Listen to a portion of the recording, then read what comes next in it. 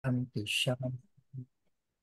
गजाननं भूतगणाधिसेवितं कपित्तजम्बोफलसारभक्षितम् उमासुतं शोकविनाशकारणं नमामि विघ्नेश्वरपादपङ्कजम्। सरस्वती नमस्तुभ्यं वरदे कामरूपिणी विद्यारम्भं करिष्यामि सिद्धिर्भवतु मे सदा। गुरुर्ब्रह्मा गुरुर्विष्णुः गुरुर्देवो महेश्वरः गुरुर्साक्षात् परं ब्रह्म तस्मै श्रीगुरवे नमः। ॐ ब्रह्मानन्दं परमसुखदं केवलं ज्ञानमूर्तिं द्वन्द्वातीतं गगनसदृशं तत्त्वमस्यादिलक्ष्यम् एकं नित्यं विमलमचलं सर्वधी साक्षितं भावातीतं त्रिगुणरहितं सद्गुरुं तं नमामि। ॐ त्र्यम्बकं यजामहे सुगन्धिं पुष्टिवर्धनम् उर्वारुकमिव बन्धनान् मृत्योर्मुक्षीयमामृतात्। ॐ त्र्यम्बकं यजामहे सुगन्धिं पुष्टिवर्धनम् उर्वारुकमिव बन्धनान् मृत्योर्मुक्षीयमामृतात्। ॐ त्र्यम्बकं यजामहे सुगन्धिं पुष्टिवर्धनम् उर्वारुकमिव बन्धनान् मृत्योर्मुक्षीयमामृतात्। सदा स्मेरवक्त्रं कृपापूर्णनेत्रं स्थिरं दीनमित्रं जनप्रीतिपात्रं सुविज्ञातशास्त्रं कषायाक्तवस्त्रं दयानन्दरूपं मदाचार्यमीडे दयानन्दरूपं मदाचार्यमीडे दयानन्दरूपं मदाचार्यमीडे।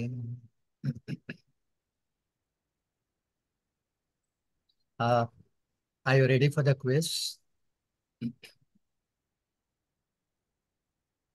I would like to share the screen. So, Sen Gupta ji, can you please allow screen sharing?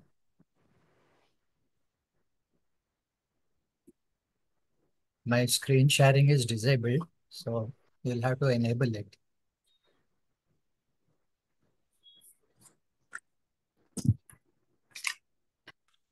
I've enabled it.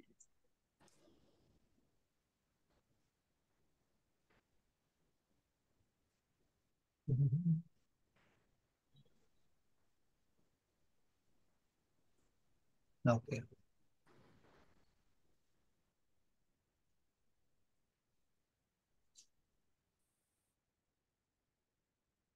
Okay, first question. What flag did Arjuna have on his chariot during the Mahabharata war? Yes, who is answering? Hanuman. Hanuman, very good. I think give all of yourself a pat on the back.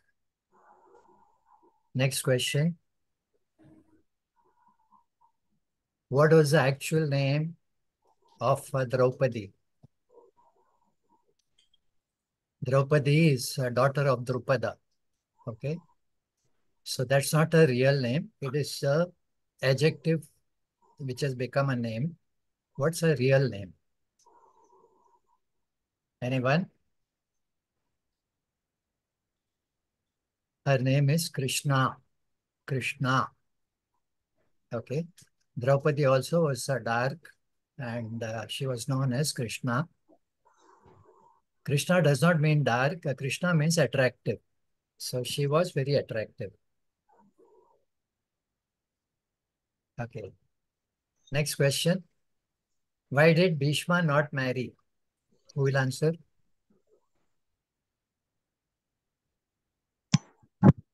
तो प्रतिज्ञा किया है sir उन्होंने सत्यवती का father को प्रतिज्ञा किया था ना. हाँ. He will not marry Why? Patni. Why? Because Satyavati's father is afraid of that Satyavati's sons may not become kings. Correct. He was scared. So Okay. that's the reason he asked for this thing. So, correct. So I told you the story about this earlier. Next is name Duryodhana's brother. Drishtadumna. Dushasan. Drishtadumna. Is it correct? Drishtadyumna, no, wrong. That is Huh? Draupadi's brother. Okay, okay. Dushasan. What's the answer? Dushasan. Dushasan. Who answered that? Kusum. Very good. Very good. Dushasan is the next to Duryodhan. There are 98 more names, but I don't know them. Okay. How many chapters does Bhagavad Gita have? 18. 18. 18 chapters. 18. Very good. 18 chapters में भगवान Krishna starts his teaching from second chapter. Krishna's actual teaching, Bhagavad Gita, starts from second chapter, 11th verse.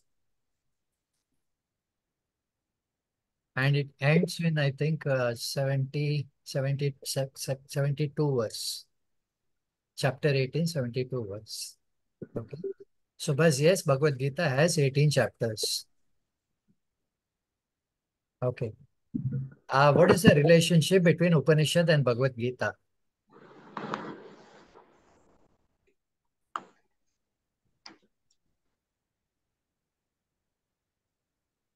Things, essence of a person. No? Bhagavad Gita is part of Upanishad. Yes. Anyone? थोड़ा आवाज ऊंचा करके बोलो. Bhagavad Gita contains the essence of Upanishads. Very. Who is that?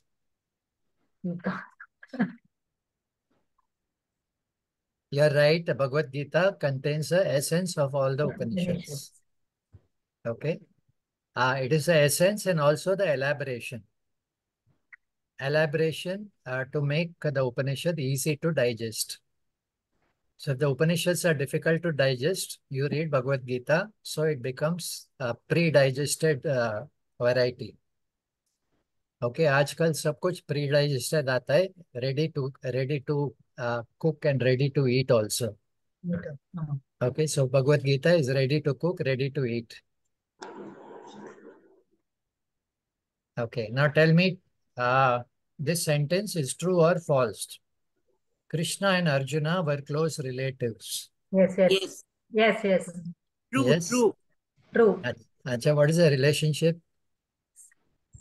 I think sisters, Atya and Mama. Mama's son. Mama's son or Atya's son. मामा नहीं, son नहीं.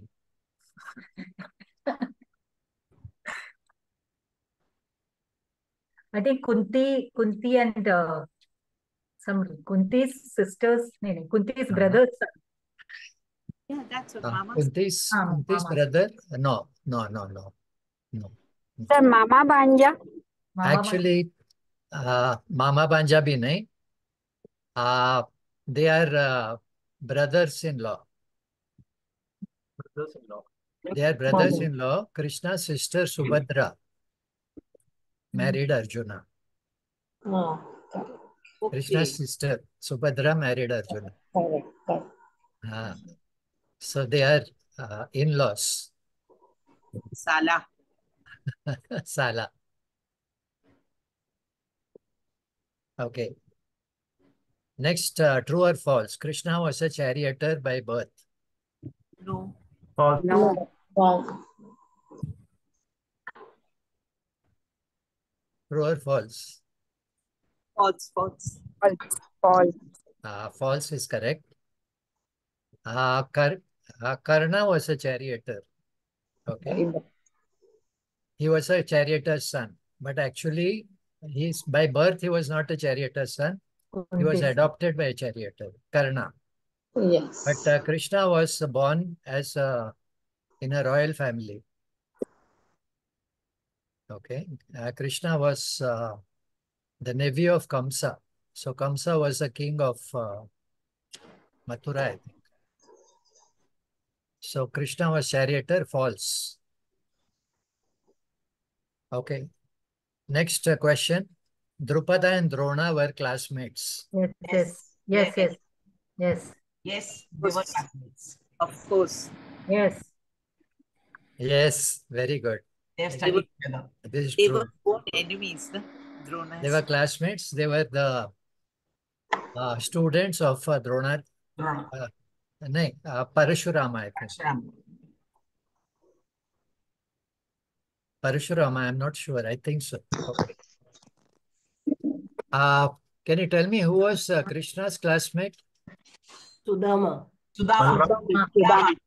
Sudama. Sudama. Sudama. Sudama. And who was Krishna's guru? Krishna was no guru. Parshuram. No. No. Uh, Sandipani. Sandipani. Sandipani. Sandipani. Sandipani. Sandeep. Okay. Sorry. So our Chinmay Mission Mandir in Powai. Sadhanalaya. So that is called Sandipani Sadhanalaya. Adhanalaya. Sandipani Sadhanalaya, where all students are living in a Gurukula. So this is the place where I studied. So, Lovely. okay. So I was a Sandipani student, therefore maybe I'm also a colleague of Krishnaji. Very nice to meet that. Okay. Next sentence, true or false? Rebirth is like exchanging old clothes for new clothes. Yes. Yes. It's true. True. Right. Now this controversial, okay? Yeah. This controversial, if you say false, I cannot say wrong. It depends on your understanding or your belief, okay? But yes, if there is something called rebirth, then it is like exchanging old clothes. Right? So can we put it as true? One more thing, Acharya ji. हाँ जी बताइए. Suppose you have evolved to such an extent, then no rebirth. Yeah. Then you don't require clothes. Yes. You are one with the Lord. You are one with the Lord. Yeah, correct.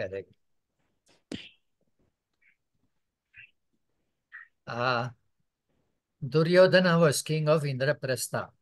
No. No. Yudhishthira. False. He was the king of which kingdom? Hastinapur. Hastinapura. Hastinapura. Yeah. Indraprastha, who was the king? Yudhishthira. Yudhishthira. Okay. The kingdom was divided into two. So one forest land was given to Yudhishthira. Now that was developed as a new city, Indraprastha. Okay. So end of quiz. Oh, that was pretty nice. That was nice, no? Yeah, that was nice. Okay. We'll no story today. So we'll go back to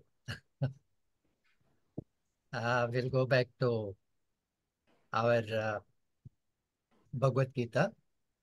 Okay. I will share the screen.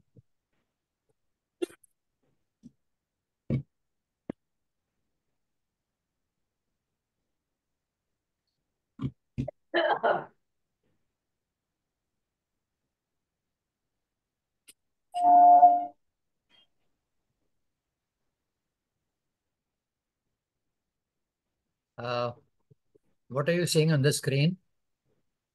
Sanskrit literature. Action is a... Acha, action. Yeah. Oh. Action as a sacred yoga. Okay.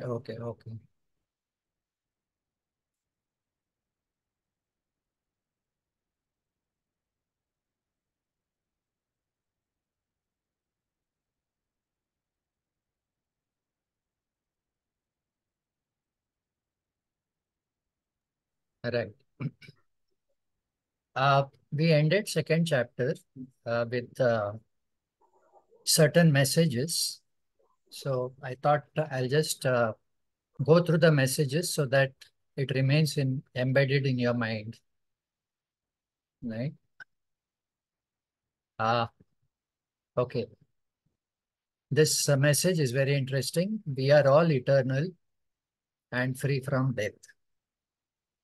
Okay. This chapter 2, verse number 12. We are all eternal and free from death. Okay. Then what? The world is full of joy and sorrow. Heat and cold, joy and sorrow, they keep coming and going. They're opposites, they keep changing, but they are temporary. So therefore, you don't have to panic when they come. You just have to have the patience to ride it over. So cyclones come every year in America. So what you do is anticipate, well, if it is coming, be prepared. Okay, and wait for it to go away. So hope that you survive. If you survive, you become stronger and wiser. If you don't survive, then what? There's always a next janam. Okay, so somebody said, what does not kill me makes me more stronger. Whatever the tragedies that don't kill me, they make me stronger. Right? The next message is that if you are able to manage your joys and sorrows in life, you are ready for self-knowledge. If you are afraid of managing joy and sorrow in your life, then what? Self-knowledge will not make much of an impact in your mind because it is like a seed. Okay? The seed has to be nurtured. If your mind is ready for this knowledge, then that knowledge will take root. If your mind is not ready for this knowledge, then that seed will just dry up. Okay, so if you really want to benefit from this knowledge, you have to have a mind that says, I am ready for problems. Okay. The next message is, this body is perishable. Now it has an indweller. The indweller is indestructible. Okay. And he is not recognized by the mind. The one who is dwelling inside is a conscious being, the one who is witnessing all your experiences. Okay. Right from your childhood experiences to the present, you have been the witness to all the experiences. Now tell me what has changed and what has not changed. Your experiences have changed. Your memories have changed. What has not changed? You, the witness of all this, you remain the same at all times. So that you is a real you. Okay? जो बदलता है वो आप नहीं है. जो आप है वो बदलता नहीं है. Okay? Therefore, you are indestructible. Okay. The next message.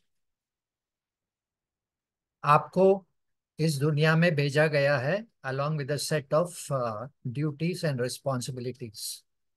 हर इंसान को कोई ना कोई ड्यूटी रिस्पॉन्सिबिलिटी होता है, उसे स्वधर्म कहते हैं.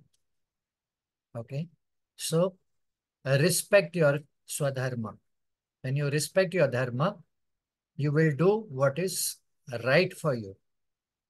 It's not right for you, but what is the right thing to be done in this situation. Her situation में कुछ ना कुछ right चीज होता है. Don't say there's nothing right or wrong. So in every situation, something may be right. It may be wrong in some other situation, but in this situation, something is right. So find out what is right and do the right thing. So that is your personal responsibility. Okay, so respect your responsibilities. Okay. For a self-respecting person, shame is worse than death. Okay. So do not give in to wrong thinking and confusion. When you are confused, you are not performing your duty. And people will point out, ए देखो देखो, ये बोलता एक है, करता दूसरा कुछ है ना? That is a sense of, it brings a sense of shame on you. And if you are a self-respecting person, that shame, you don't want to have it. It is better to, like Arjuna said, I'll become a sannyasi rather than stay here and face the criticism of all these people. So for a self-respecting person, shame is worse than death. Okay. The next message was treat joy and sorrow, gain and loss, victory and gain with the same positive attitude. Have the same positive attitude in both victory and defeat. This is called sportsmanship spirit. Sportsmanship spirit, you accept your defeat gracefully and you accept victory gratefully. Okay, when Virat Kohli, so he gets a trophy. So he says, you know, it is all due to my team effort. It is not my victory, it is our team's victory and our coaches and all people who have helped us.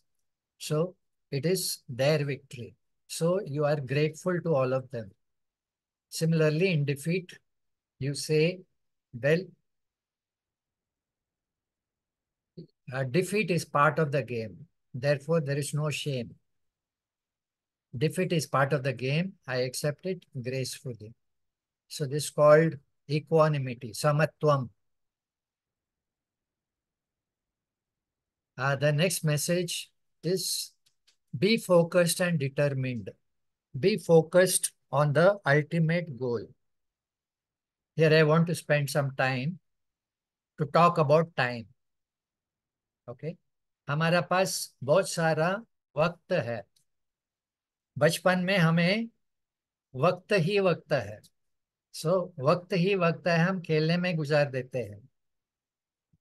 अच्छा, जब हम जवान होते हैं, so we start getting attracted to the opposite sex and then we get fascinated, we get infatuated. Then of course we get into a relationship and then udhar tu मैं हो जाता है. Then it becomes a lot of responsibility how to take care of your family. So एक एक करके family बढ़ रहा है. Okay. So there you find वक्त नहीं मिलता है. All your mind, your time is taken.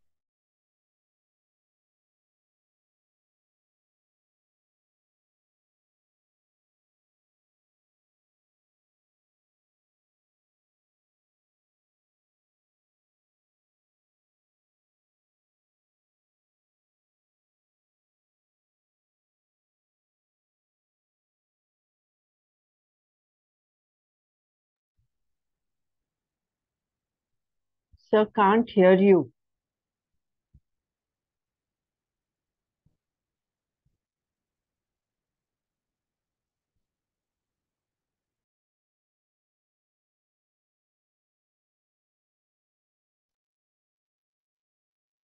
Yeah.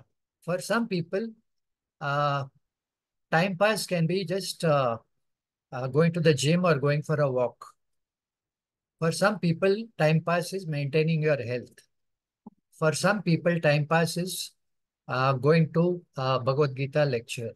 For some people, time pass is going for playing cards or going swimming. For some people, time pass is go around the world and look at the world. For some people, time pass is Facebook and Instagram. Okay. So we are all looking for some sort of time pass. Now, while you're passing your time, are you using your time or are you wasting your time? That is very important. For that, you have to be very focused and determined. If I have the time,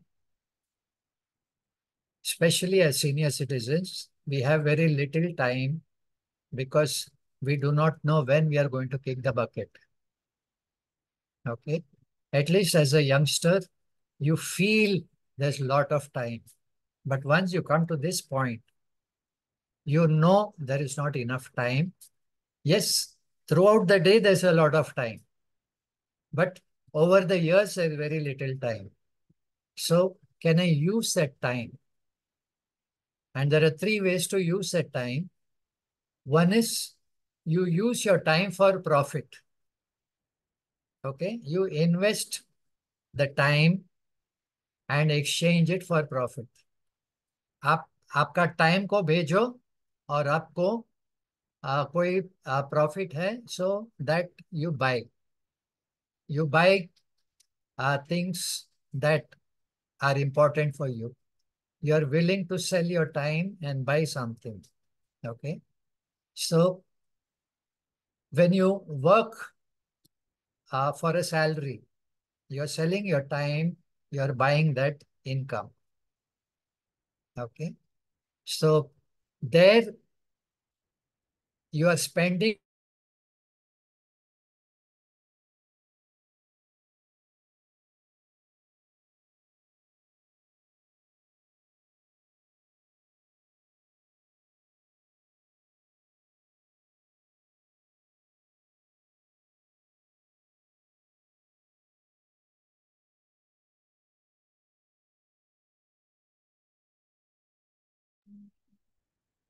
Sir, you are muted. Can't hear you.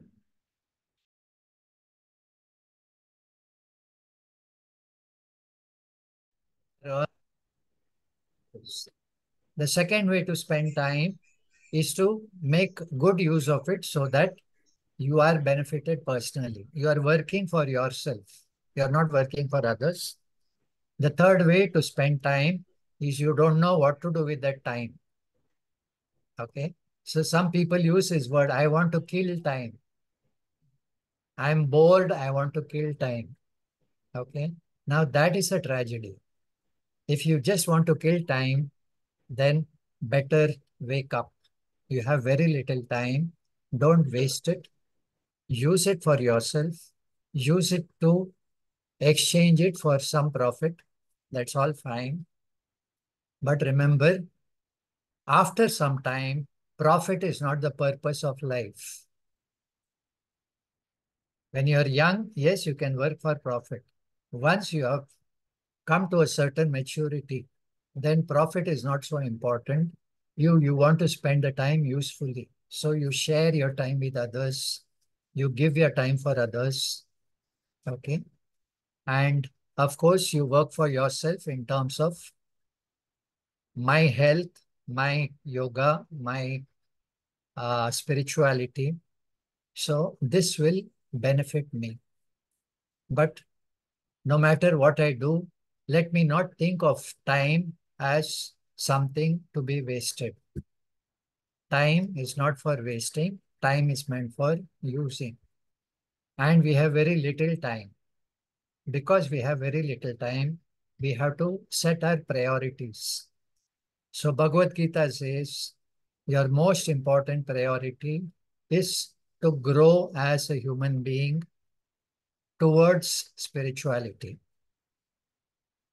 So if that is your goal, then live a life of karma with the right attitude so that karma becomes a karma yoga. So karma yoga makes your mind focused. It makes you more determined. You're not wasting your time. You're not spreading yourself in so many different ways. You are focused. You know very well what you want and you work for it. Don't rest until you get it. At the same time, don't worry about the results. The results are taken care of by Uparwala. He will take care of the results. I don't have to worry. Okay? That worry is his department, not my department. So let him do his work, you do your work. So make your mind focused and determined. This is a very beautiful message. And why is determination and focus important? Without this, you cannot enjoy self-knowledge, which is ultimate fulfillment. Ultimate fulfillment requires self-knowledge, and you have to focus on self-knowledge and focus on getting it, clarifying it. This is what we talk about as Shravana, Manana, Nitidhyasana. So focus on this knowledge, clarify it, first understand it, then test it, and finally learn to assimilate it so that it becomes your knowledge. It is not the Shastra knowledge, it is not the teacher's knowledge, it is not somebody's knowledge, it is your knowledge. Okay. For that, you require a focused determined mind. This is what a life of karma yoga gives you. Now, the next message is very important. You can control only your action, but not the result. You cannot control the result. You can control only your action. Right? So what happens to you is not in your control. But what you can do is in your control. How you meet the challenge. What challenges come to you in life that is not in your hand. So overnight from a pauper, you may become a billionaire. And reverse also, from a billionaire, you can become a pauper. We have seen this happen to so many people. Now, situations are not in your control. You don't have much choice in what is given to you. But yes, you have the choice in how to manage what is given to you. It's like a game of cards. When the cards are shuffled, what cards come to you that is not in your hand. Okay. Once you take it in your hand and then start playing, how you play it, that is in your hand. What cards you get in life is not in your hand, but how well you are able to play, that is in your hand. Okay. And again, no matter how well you play, the victory may not be yours because the other person's hand may be better than yours. Okay. There is no guarantee if you play well, you will get the desired result. So learn to accept it. Defeat is part of the game. What about victory? Victory also is part of the game. What is the purpose of the game? Victory or enjoying the game. The purpose is to enjoy your game and sharpen your skills. Okay, this is what we talk about in Olympics. Faster, higher, and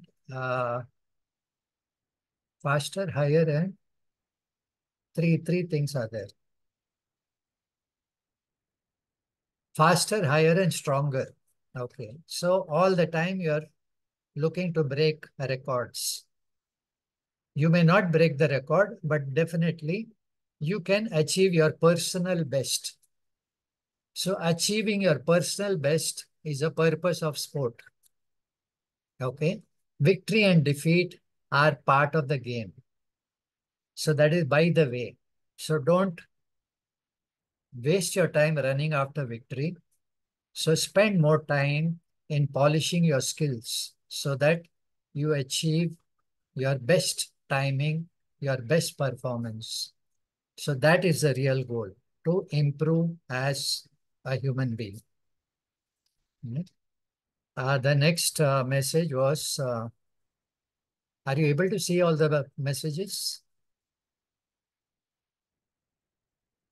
I don't see it in my screen. That's why. We are not able to see. Not able to see? No. Okay. Just a minute.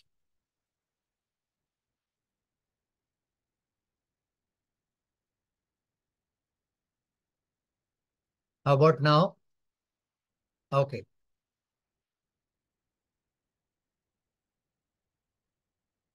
The next message is Samatvam Yoga Uchyate. Samatvam is the ability to face things with a smile, okay, with a positive attitude. So joy and sorrow, when they come, you are equally able to deal with both of them. Samatvam Yoga Uchyate. And one more definition of yoga comes in the next message. Yogaha karmasu kaushalam. Okay. Kushalata, your ability to manage things well. Your ability to manage things well is called yoga. So if you are able to do the right thing at the right time for the right reasons, that is called yoga. If you do the right things, you don't have to worry about the right result. The right result will take care of itself. you focus on the right things. When you do the right things, the right results will come. The question is there any guarantee? There is no guarantee in life, but there is something called probability. In all probability, if you do the right things, in the long term, you will get the right results. Whether it is investing in stock market or whether it's investing in your education and your future, if you keep doing the right things, whether you are investing in a relationship, if you keep doing the right thing at the right time for the right reasons, in all probability, you will get the right results. So do not worry about the result. Trust in nature, trust in the laws of nature that the results will come. At the same time, understand there's always a small possibility that the results can be reversed. It may not come in the way you expect. It may come totally a shocking result. Now that is a possibility. Okay. Now your samatvam tells you that life consists of both sukha as well as dukkha. Therefore, don't be shocked when unpleasant results come to you. Learn to say, yes, what is possible has happened. Okay. The impossible cannot happen. What is possible alone happens. Therefore, if some shocking news comes, so well, I have to see the truth of it and learn to deal with it. So instead of averting my eyes and trying to deny that event, let me open my eyes and say, yes, if it has happened, so it is something possible alone can happen. Therefore, I accept it gracefully. I accept it gracefully. So I will do whatever is necessary to be done. So appropriateness in action. I do the right thing at the right time. I accept the results. So sometimes unpleasant result, I accept it as prasad. Sometimes wonderful result, that is also prasad. Okay. वो भगवान का हाथ से आता है, वो प्रसाद है. तो अच्छा हो बुरा हो, it is a blessing. It comes as a grace from the Lord. Therefore, I accept. Okay.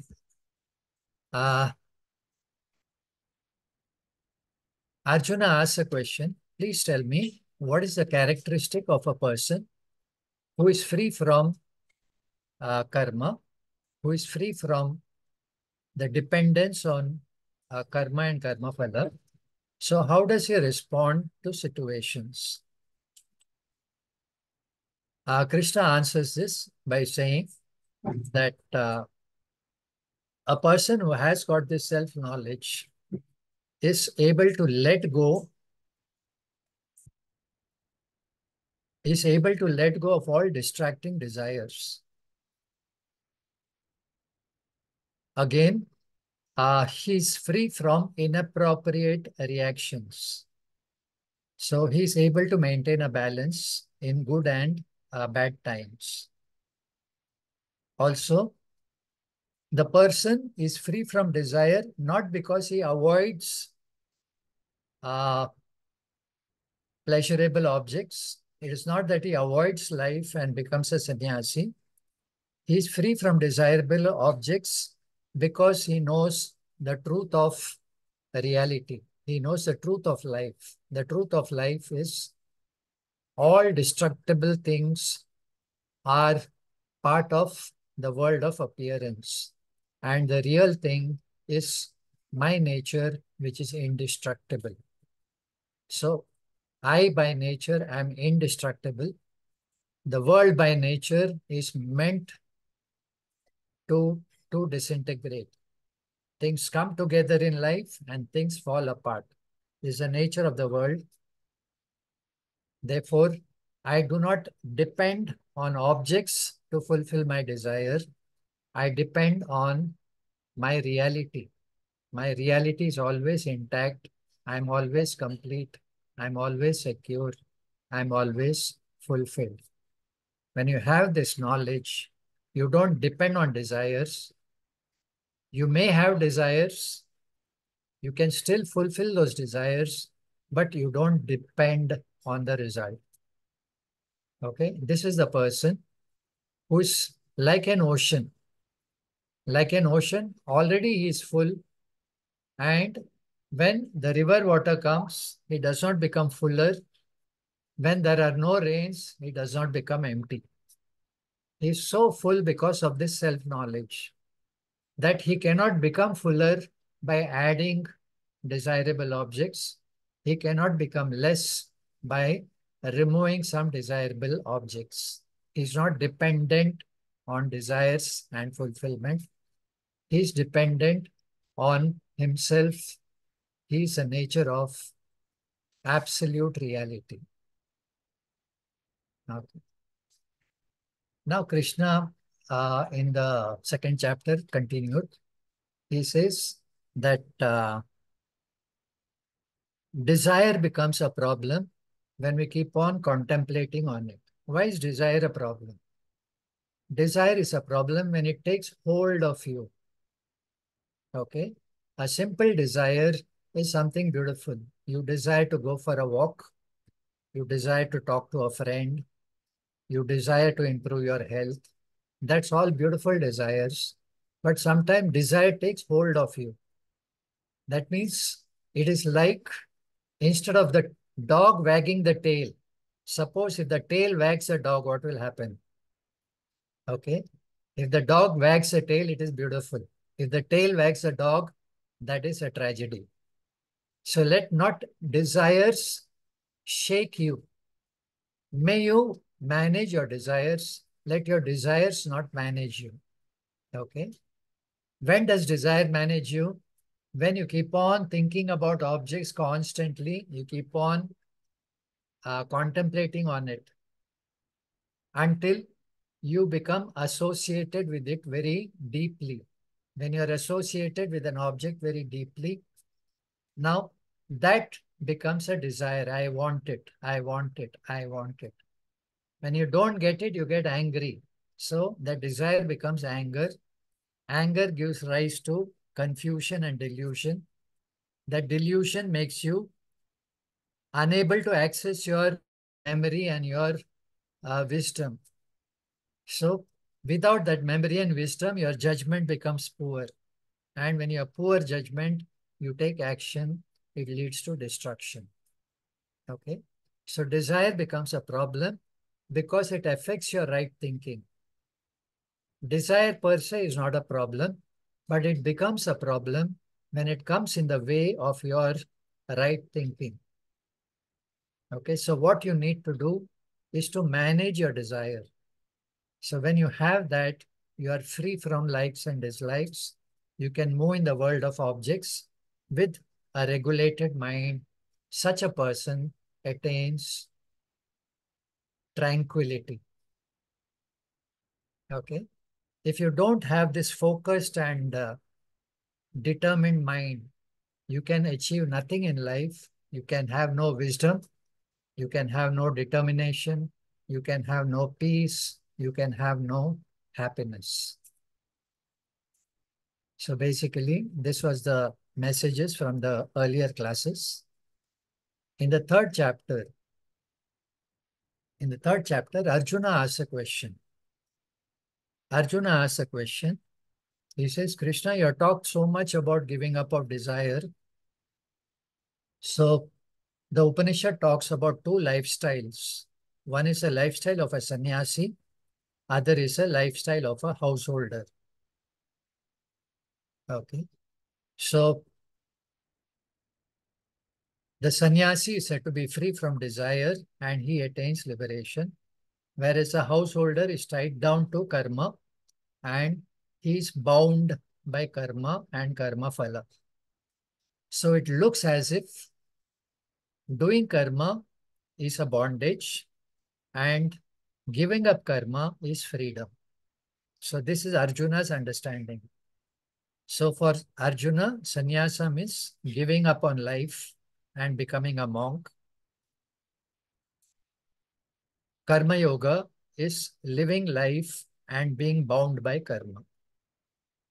So Krishna, please clarify for me, what do you mean by sannyasa and karma? I don't understand, because according to me, I understand it in one way, but the way you are explaining it to me, you seem to be seeing it in a different light. So I am confused. So please clarify to me, what are these two words, sannyasa and karma? I am confused because you praise sannyasa in one breath. You also praise karma in another breath. You praise sannyasa by saying the person who is free from all desire is free from all karma. In another breath, you say the person who performs karma is ready for moksha. So please clarify to me, what are these two words? Krishna says,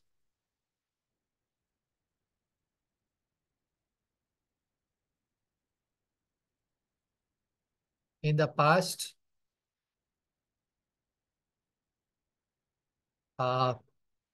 the scriptures have given you two lifestyles. One is a lifestyle of a sannyasi.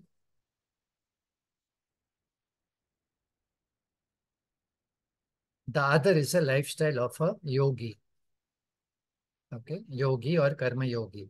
These are the two lifestyles. For the yogi, karma is prescribed. Please do karma with the right attitude. For a sannyasi, Sankhya,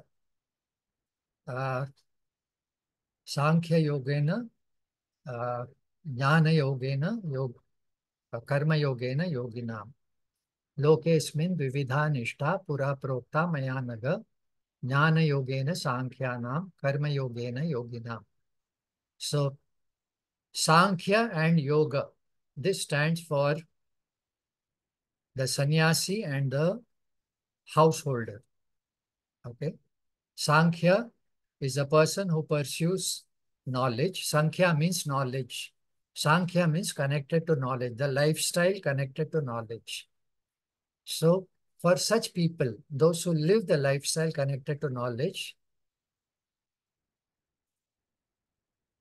I have prescribed Jnana Yoga, the pursuit of knowledge. The pursuit of knowledge is prescribed for the sannyasis. The pursuit of karma is prescribed for the yogis, for the householders. Okay. So there's no contradiction in the two, because there are two different lifestyles meant for two different type of people. Some people who are eligible for sannyasa, that means they should not have any responsibilities. They should be free from responsibilities. Then they're eligible to take to a life of sannyasa. Okay. So minimum, they should not have any loans to be repaid. Okay. They should not have any family to support. So they are fulfilled all their responsibilities and they are living a retired life. For such people, well, a lifestyle of sannyasa is preferable. Why? Because you have all the time to pursue self-knowledge.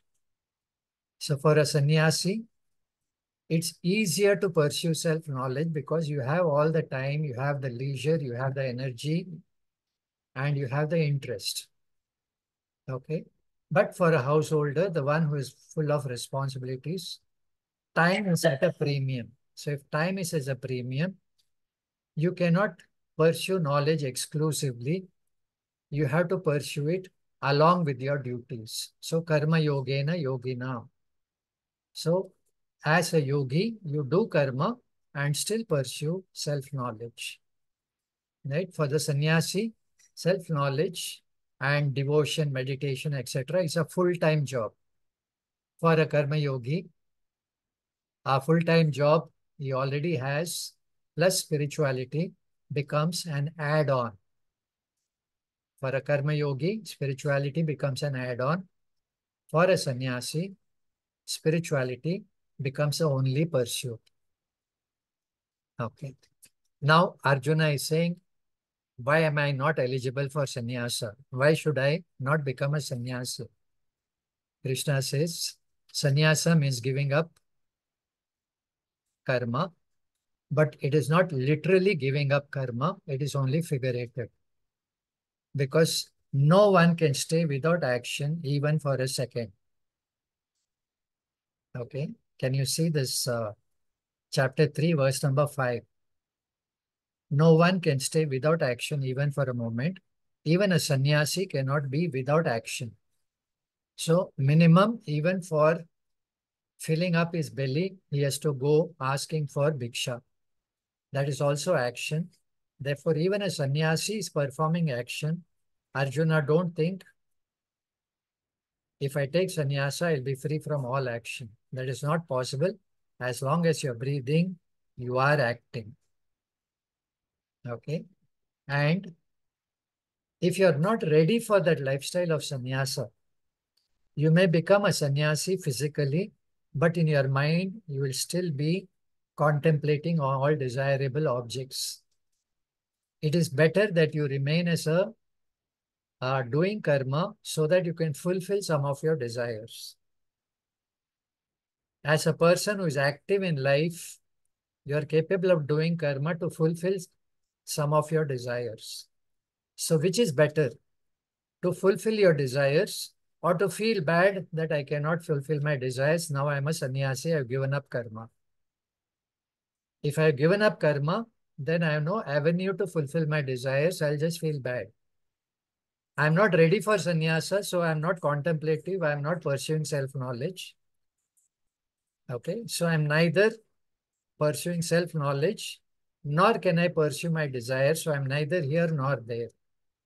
So without being ready for sannyasa, if you take to sannyas, that is something dangerous because you lose the benefit of both.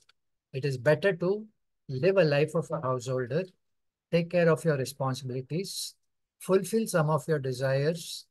Never mind, all your desires can never be fulfilled. But at least you can try to fulfill some of your desires and be happy that this much I have gained. I can be satisfied with what I have gained. Thanks. Okay. Having talked about this, Krishna says that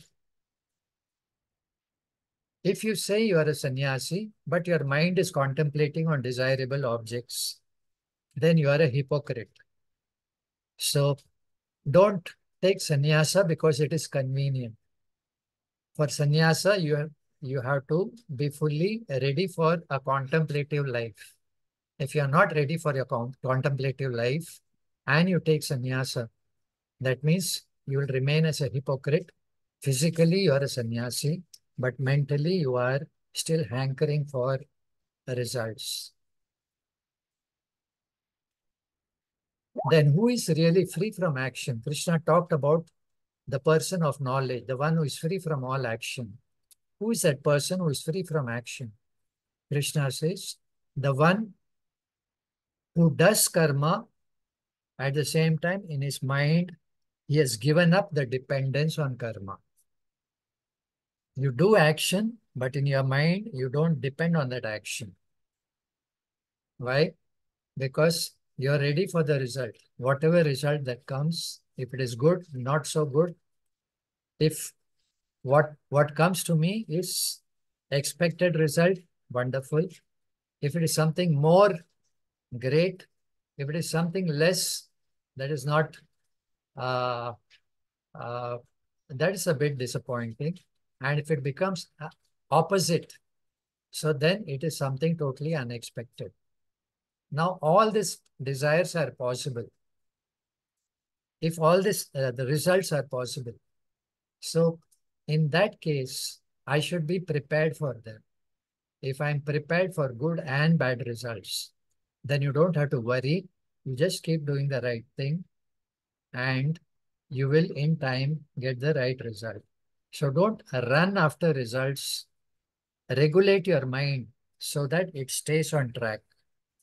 May you have a determined, focused mind. So if you stay with that, you're mentally regulating your desires. You're doing karma. At the same time, you're not a slave to desires. You're working for your desires, but you're no longer a slave to your desires. Now, such a person is as good as a sannyasi. Even though you're doing karma, even though you're a householder, if you're able to regulate your mind, if you're able to regulate your desires, you are as good as a sannyasi. Therefore, Krishna says, I don't see any difference between a person who has taken up sannyasa and a person who is doing karma. I see both of them as sannyasis if the mind is regulated. So what is real sannyasa? The ability to manage your success and defeat, your ability to manage your desires and disappointments. Don't say karma yoga means have no desire. Karma yoga does not mean have no desire. It means manage your desires. Don't depend on your desires. Don't expect a guarantee for your results. There is no guarantees. Life does not come with guarantees. Life comes as probabilities. If you do the right thing, you will get the right result in all probability. There's no guarantee. So there is a possibility you may get an unwanted, undesirable result. If it happens, it is a possibility. So don't be shocked. Whatever is possible alone will happen. So learn to open your eyes and accept defeat and success with equanimity. If you have that type of mind, you are already a sannyasi. You don't have to take sannyas. You are already a sannyasi. Okay.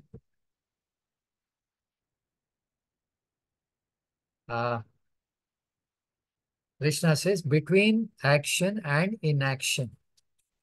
Don't give in to inaction. Inaction is a sign of laziness. Action is a sign of energy. So use your energy to act in the right way.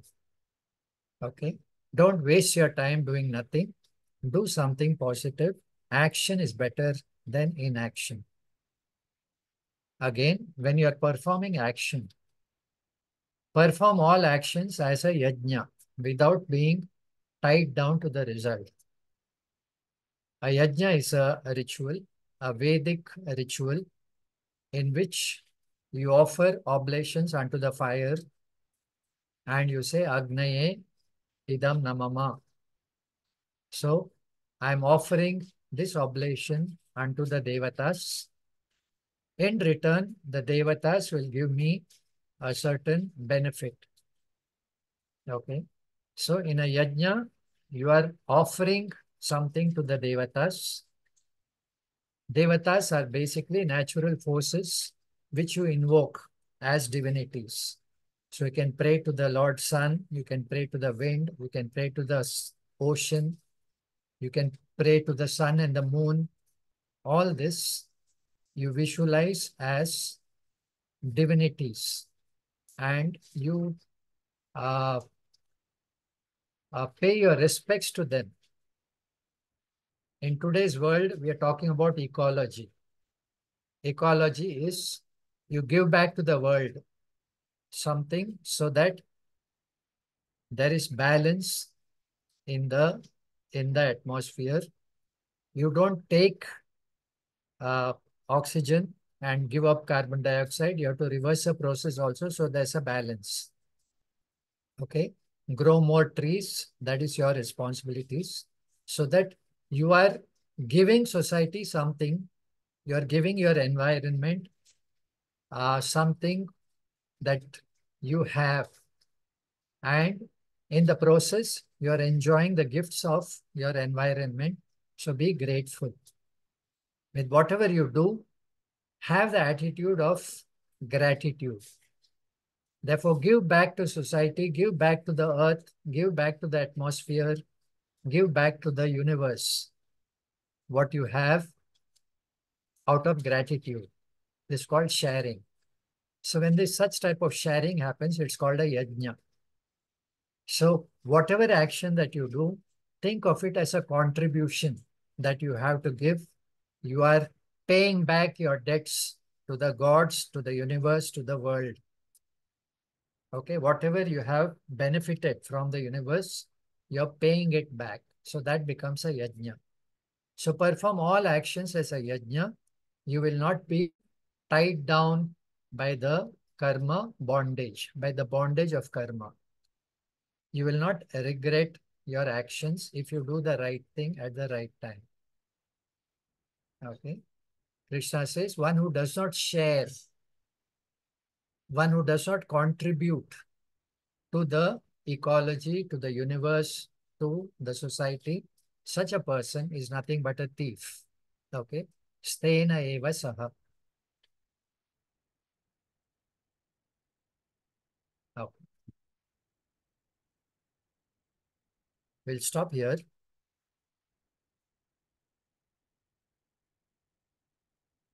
Arjuna had this question.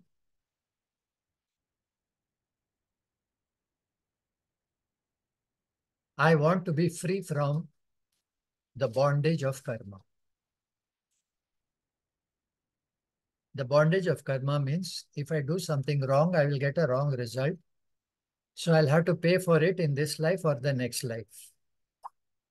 I don't want to be tied down by that bad result. I want to be free from it. If I fight this war, I will end up killing people, and that will incur a bad result for me. And Krishna, you tell me if I don't fight again, it is a bad result. Okay. Arjuna thinks fighting will give a sinful result. Krishna says if you don't fight, you'll get a sinful result. So Arjuna is confused. He says, I don't know what to do. Should I fight or not fight? I think it is better if I take sannyasa. I'll be free from all karma.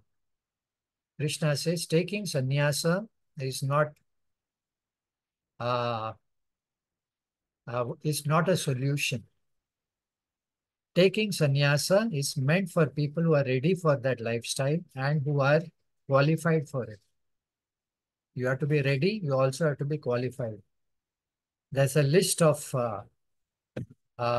you can say, a list of people who are not qualified for sannyasa. So especially if you cannot take care of your God, if you cannot take care of yourself, if you're dependent on other persons, you cannot take sannyasa. To take sannyasa, you have to have a certain fitness of body, a certain fitness of mind. So people of poor mental health should not take sannyasa. People who are physically handicapped, they are dependent on others. Therefore, that sannyasa is not prescribed for them. People who have fulfilled their responsibilities and they no more have responsibilities, they are eligible for sannyasa, right? So that is fine for them. That is a lifestyle. In the lifestyle of sannyasa, there is a lot of time for you to pursue spirituality, self-knowledge, meditation, etc. But for those who are not qualified for physical sannyasa, need not feel disappointed. You are still a sannyasi if you have the attitude of karma yoga. Can you get this? If you have the attitude of karma yoga, yoga is talked about as yoga karmasu kaushalam. If you know how to respond appropriately to situations, if you know how to manage success and defeat like a sportsman, you are ready for both. You are able to accept gratefully and gracefully. If you have those attitudes, you are already a sannyasi. Okay? And ultimately, it is not what you do or don't do that makes you a real sannyasi. A real sannyasi is a person who has self-knowledge. If you have self-knowledge, if you know that I am not an individual, I am not a human being looking for spiritual fulfillment. I am a spiritual being enjoying a human, you can say, lifetime.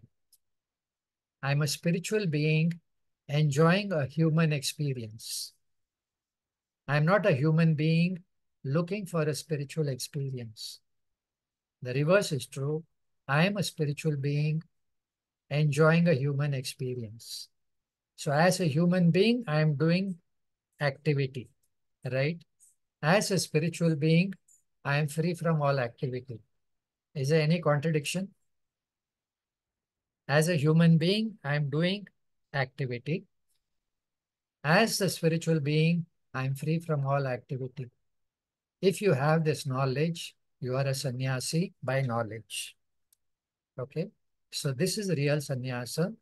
You don't have to get away from the world in order to be a sannyasi.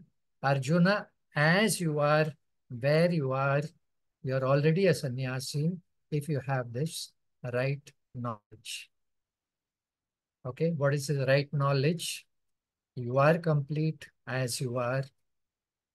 You are secure as you are. You are fulfilled as you are. You don't have to go anywhere.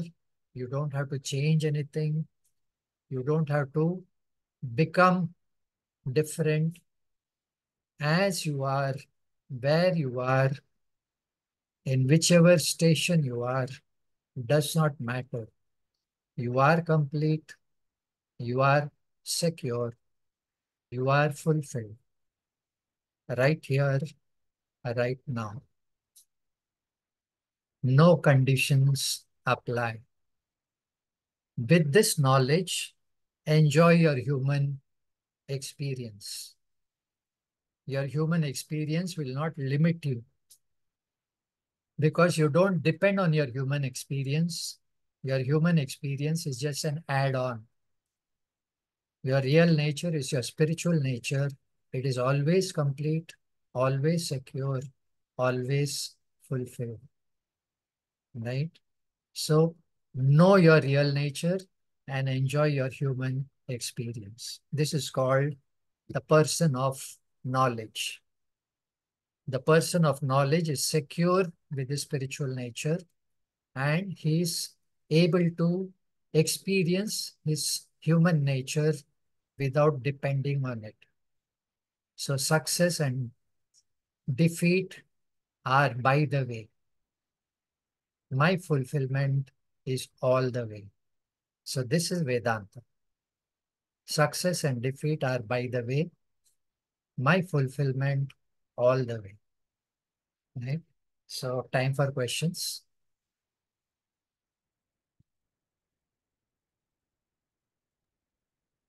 So can we say a karma yogi can be a sannyasi, but all sannyasis are karma yogi? All sannyasis, real sannyasis. Real sannyasi. Okay? So they were karma yogis before knowledge, and after knowledge, they uh, are doing karma uh, not as a practice, but as something their nature. So Okay? karma yogi is inside the Yes. sannyasi. Huh? Sannyasi includes karma yogi. For sannyasis, they don't have any relationships, therefore responsibilities and relationships they're given up. Okay? So Okay. they're only pursuing self-knowledge, meditation and other things. So for them, less responsibilities, more time. So they can pursue this knowledge exclusively. Right? And it is knowledge that makes them real sannyasi. Otherwise, they're only attempting sannyasa.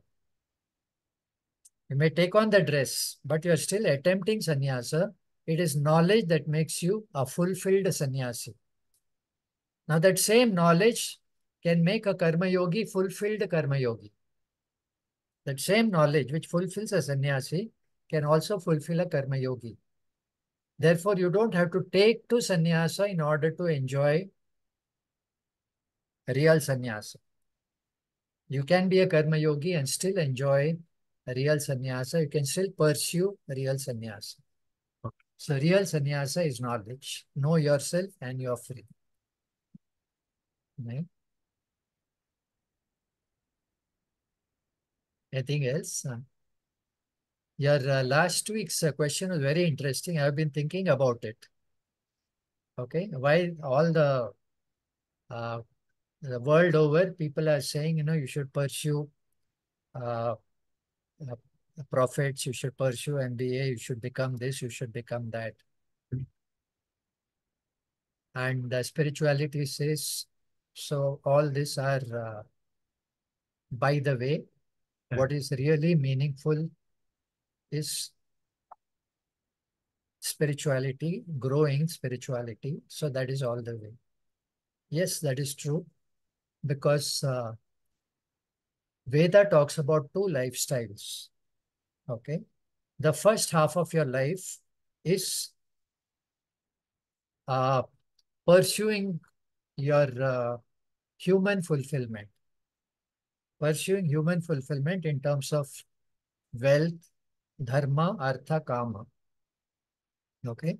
These are human pursuits. Right. The later half of your life is time to let go. So you've done enough, you've achieved enough, name, fame, power, position, everything you have achieved. Now that you have grown beyond, now there is no need to prove that you are the best. Okay. All the proving you already done. Now you don't need to prove anything. Now you just learn to relax and pursue what is more important.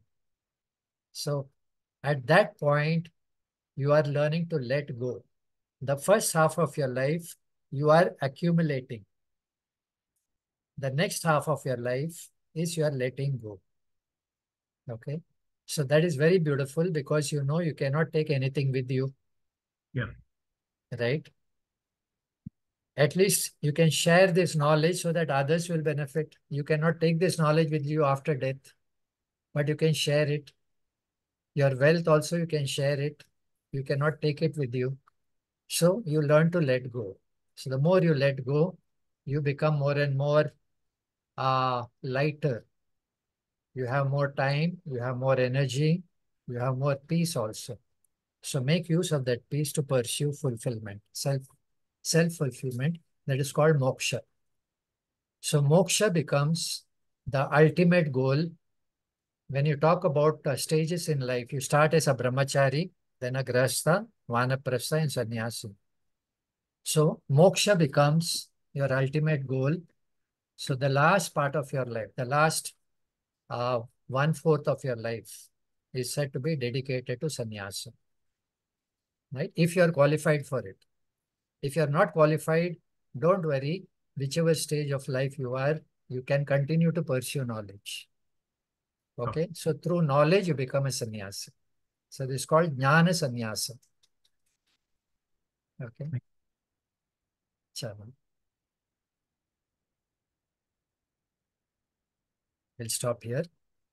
Swasti prajabhyah paripalayantam न्यायेन मार्गेण महिं महिषाः गोब्राह्मणेभ्यः शुभमस्तु नित्यं लोकाः समस्ताः सुखिनो भवन्तु काले वर्षतु पर्जन्यः पृथिवी सस्यशालिनी देशोऽयं क्षोभरहितः ब्राह्मणाः सन्तु निर्भयाः सर्वे भवन्तु सुखिनः सर्वे सन्तु निरामयाः सर्वे भद्राणि पश्यन्तु मा कश्चित् दुःखभाग् भवेत् असतो मा सद्गमय तमसो मा ज्योतिर्गमय मृत्योर्मामृतं गमय ॐ पूर्णमदः पूर्णमिदं पूर्णात् पूर्णमुदच्यते पूर्णस्य पूर्णमादाय पूर्णमेवावशिष्यते ॐ शान्ति शान्ति शान्ति हरिः ओम् श्रीगुरुभ्यो नमः हरिः ओम्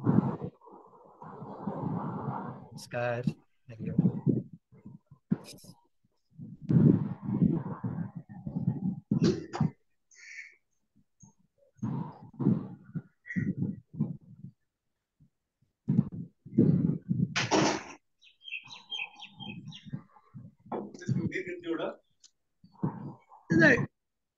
ಇದು ಉಂಡತೆ ಅಂಡ ಏದ್ 10 रुपए